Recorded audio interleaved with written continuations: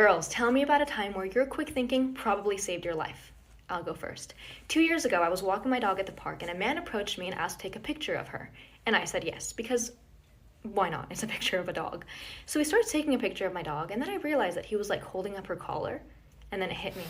My address is on that collar. He's not taking a picture of my dog, he's taking a picture of my address. So I told him that I actually didn't feel comfortable with him having a picture of my dog, and I asked him to delete it. So he deletes it and then like starts walking away really fast. And I was like, "Excuse me, sir, no, could you also go into your deleted album and delete it from there?" And he goes, "I don't have a deleted album." And I was like, "You have an iPhone, everybody has a deleted album, could you please delete the picture?" And he was like, "Sorry, I don't have a deleted album," and like keeps walking away. And keep in mind, this is like 2 PM in a park, like there's other people around. So now I'm like chasing after him and I'm telling him, "Sir, I know you have the album, I will show you where the album is, can you please go onto your phone so that we can delete the picture?" Oh, part 2. This is the story of when my neighbor made me watch lesbian porn from when I was 4 years old up until I was 10 years old. So she was a year older than me, and since we were around the same age, our parents had us hang out with each other. I remember that I was 4 years old because she was in kindergarten and I wasn't yet. I remember one day I was waiting for her to get off the bus, and when she got off the bus, she took me into her computer room. She locked the door and told me that I can't tell anybody what she's about to show me. So it started off with just looking up lesbians kissing on YouTube. And obviously I had no idea what this was because my family is very conservative and I never learned about that. So this would go on probably every single time that we hung out, which was probably every day. And she even forced me to watch it in my own house, but there was no lock on my door, so we would put my toy boxes in front of the door so nobody would come in. Honestly, when I think about my childhood, that's the only thing that I really think about. And then it started getting physical. The earliest memory of it being physical was in her backyard on her trampoline. She had me go in a corner where nobody would see us. This is the time my neighbor forced me to watch lesbian porn from when I was 4 years old up until I was 10 years old. Part 2.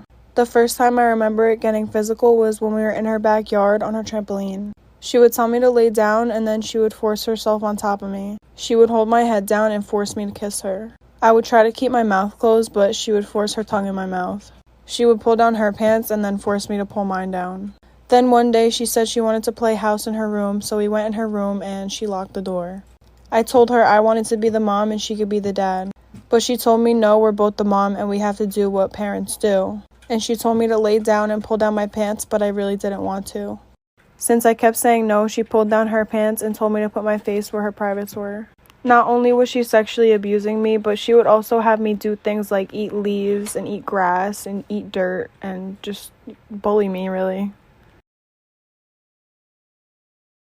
Part 2 on how my mom forced me to be a lesbian. Okay, so boom, like I said, because of what my dad did, my mom's hatred for men oozed into my dating life. Watch part 1 to understand. So when I would tell my mom about my crushes on boys, she always seemed so disgusted. And my mom told me I need to try dating girls and not boys because boys are stupid. I even tried bringing a boy over and she yelled at me. But when I bring girls over, she literally doesn't care. I decided to listen to my mom and I experimented. And you know what? I actually fell in love with a girl. But after a year of dating, we had a nasty breakup. I moved on and I met a guy. I found out I don't care about genders and if I like you, I just like you. But I'm definitely bi and not just lesbian. But my mom wants me to erase men from my brain. My mom is hurt by my dad and I understand her, but I just want to be true to who I am. I can't go out with boys, talk to boys, text boys, be on the phone with boys, just nothing. She's literally forcing me to be with and only surrounded by girls. What do I do?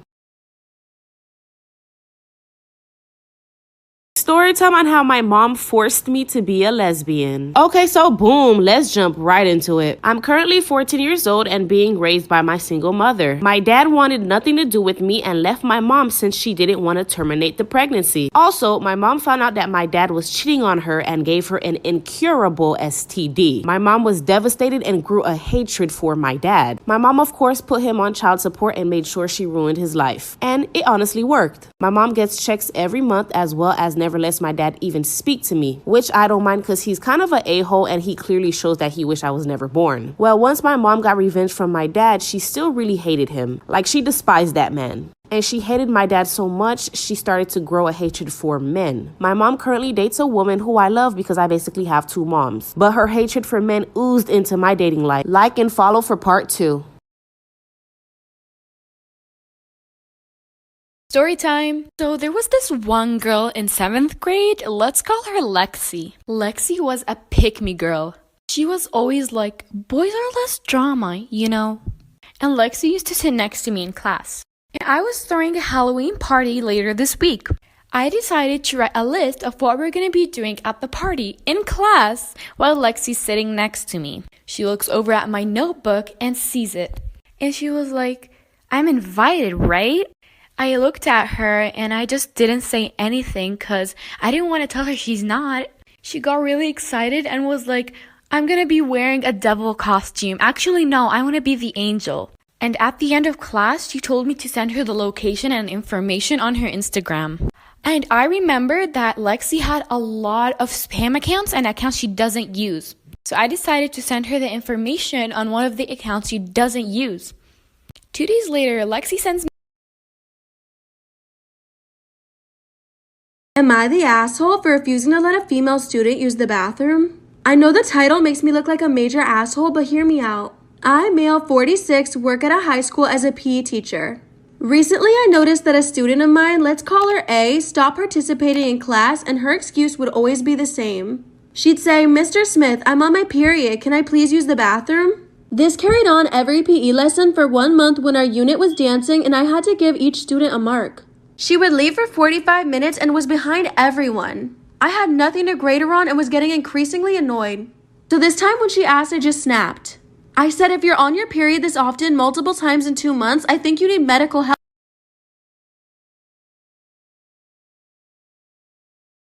Story time about the girl who left me unconscious in the girls' bathroom. So a little background information. I was pretty young at the time. I was in 7th grade and I was 11 years old. And there was this girl who we're going to call Jenna. Jenna hated me for absolutely no fucking reason. She would bully me because I had red hair, and she would text me literally every day at the same time, telling me to off myself, and how I was weird and how nobody liked me. One day she randomly started being nice to me. She sat with me at lunch and her water bottle was empty, and she asked if I needed mine filled up too. Stupidly, I said yes. Well, she ended up putting drugs in my water bottle. After like 20 minutes, I started feeling sick, so I went to the bathroom, and I was kneeling over the toilet when everything went black. Well, when I didn't come back from the bathroom, my teacher got worried, so she sent security looking for me. They were banging on my stall. Obviously, I was fucking unconscious, so I didn't answer. So then they called the fire department, the police, the ambulance, were all there. Like for part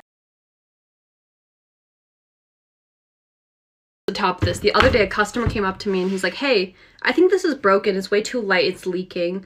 And I was like, okay, I'll take a look at it. I took a look, I grabbed the item. You know what the item was? It was canned air. It was air in a can. Okay, and he was like, yeah, it's broken. I looked back at him and I was like, oh wait, no, it's just air in a can. There's nothing but air. It's not supposed to be heavy or anything.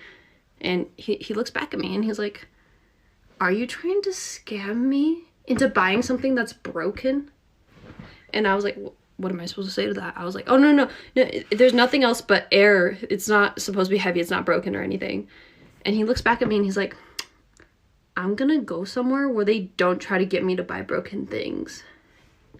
And he walked away. He walked away. Like, what am I supposed to say? It was air in a can. It was canned air. So when I was like 5 and my brother was like 8, he and I would fight like all the time. It would drive my mom insane. So this one time we were driving in the car and we were fighting, and then my mom like pulled over off the side of the road and then was like, if you guys start fighting one more time, I'm gonna drop you off the side of the road. And then we just completely ignored her and we started fighting again.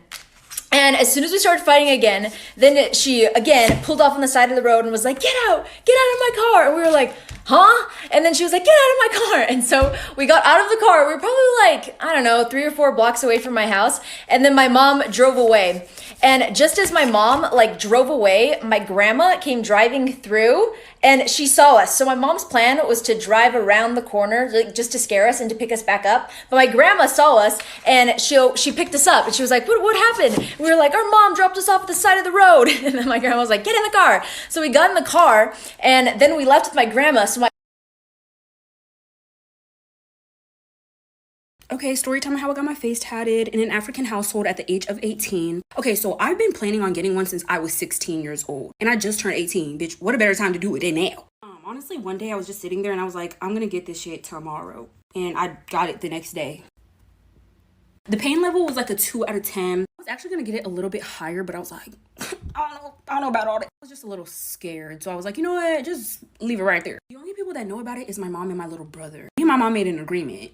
We were like, bitch, we're not gonna tell that. We're not gonna tell my dad. But if he finds out, I don't think he's gonna do anything because he didn't like when I got piercings either. And I have several piercings all over my body. I can't cover it with makeup because it's brand new, so I have to wait a couple weeks. So when I do go around my dad, I kind of just like cover it with my hair, or I just act like I'm scratching my eye. He's definitely gonna be mad when he finds out. But the plan is to never let him find out. So some people are gonna watch this video and probably snitch on me because y'all love to sabotage a bitch. But go ahead and do that. I started matching my dad's energy a long time ago. He met his match. So go ahead.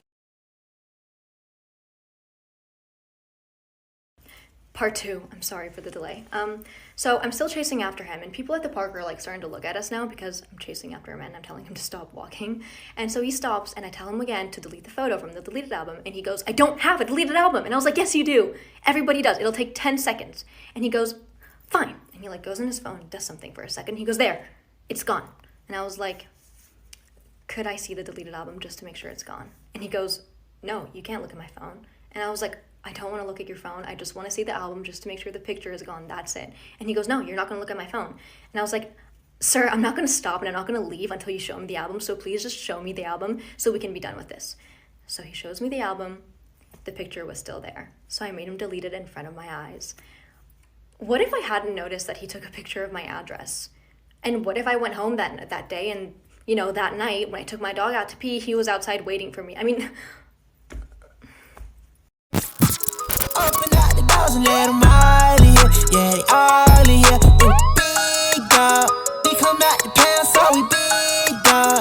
Heavy paddock on me, break my wrist off. I'm young out of rocket, about to lead dog. 3, 2, 1, I got big dog status on